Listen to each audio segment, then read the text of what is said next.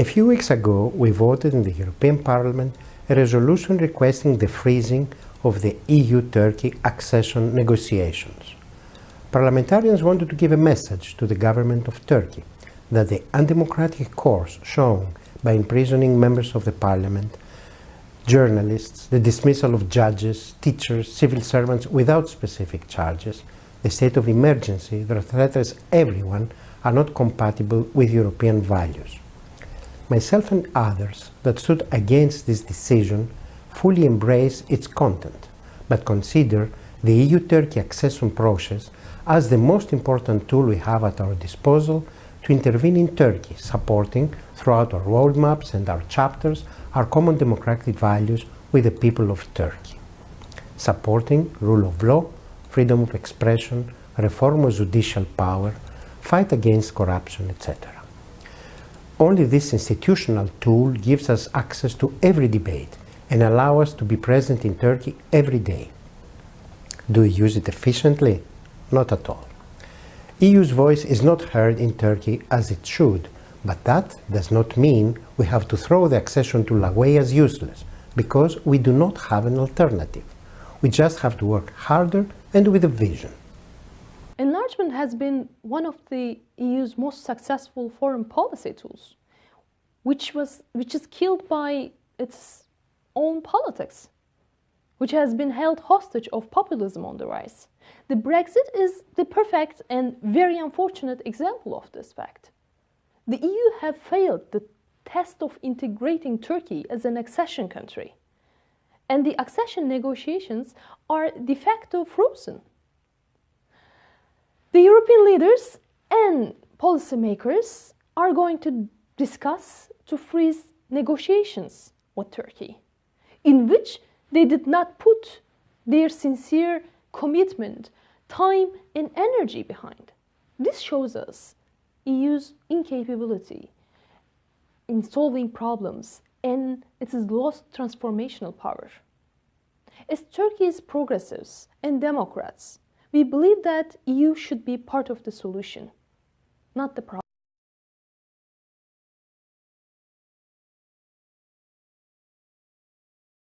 Europe stands on the brink of the abyss. We faced a long delayed but inevitable choice. Either we leap forward towards unification, or we are dragged down to the inevitable disintegration. We must work for an integrated economic governance model to increase investment and create jobs, or else EU's ongoing financial crisis will just continue, impeding social mobility and undermining social justice. We must address the needs of the people left behind as a result of globalization, but also dispel the myth of quick and easy solutions. Wherever populists reach power, as in Greece, they clearly demonstrated the folly of their promises. But if the EU does not give clear alternatives, the attraction of populist, simplistic speech will push Europe over the edge. For all countries that are on the path of accession, European stands as a lighthouse of democracy, stability, and economic growth. But the fast expansion to our east forced our leaders to overcorrect and deny any enlargement on this mandate up to 2019. No criteria, no roadmaps. This is not the European way we champion. In this context, we use the accession tools we have in our disposal hesitantly, without vision, without enthusiasm. Is it not inevitable that negotiations stall and progress is reversed? I leave it to my colleague to explain it much better. The EU has many achievements of which it can rightly claim, such as long period of peace and prosperity, secure transition to democracy for the enlargement countries, free trade and free movement for economic growth and living standards, as well as working on European-wide problems and challenges. However, despite these considerable achievements, the EU has lost its way and made several mistakes that have created divisions within Europe rather than bringing the people of Europe together.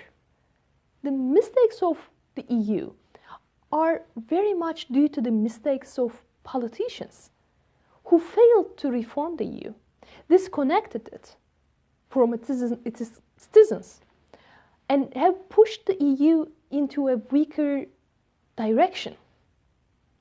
Greater wisdom by politics, both national and the EU level, could have moved the EU into a more successful and stronger position. We should understand that EU's enlargement policy is not independent than these leadership shortcomings of the EU.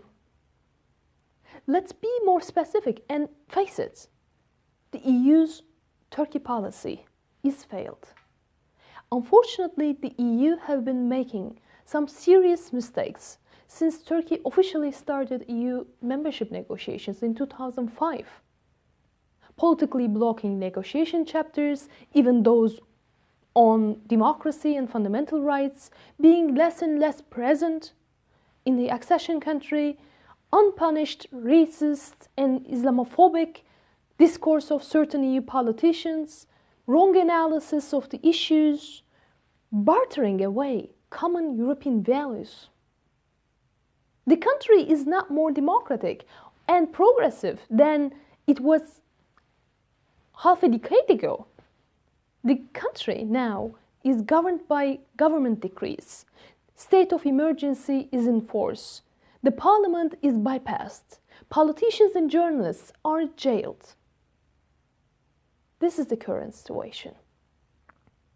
As accession talks have been stalled, democratic values and civil liberties in the country have been eroded, as the ruling party and its founding president have been taking steps to centralize power in one hand and undermine the rule of law and freedoms in my country. It's not a blame game. Europe should see its own responsibility in today's bigger picture.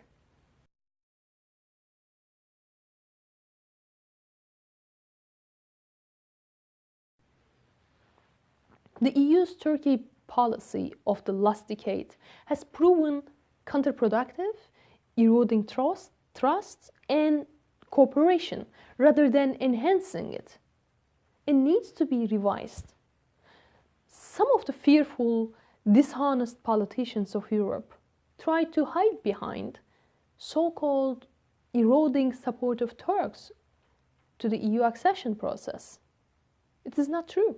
According to the survey conducted by IKV, a Turkish think tank, in 2016, 75% of the Turks is supporting Turkey's EU membership.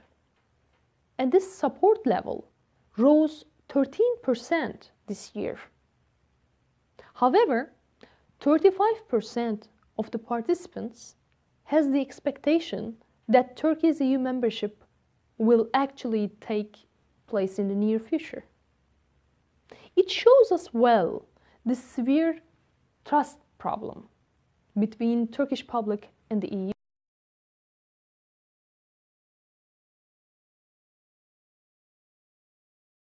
Turkey, which fulfills the EU membership criteria, should be a highly desirable future EU member country. So then let's work for it, not against it. We must not blind ourselves to the fact that it was European rejection of the idea that a predominantly Muslim nation is at the center of all problems and challenges of today and tomorrow. A nation like Turkey deserves to be a full Western democracy. And it was on the track of by fulfilling Copenhagen criteria.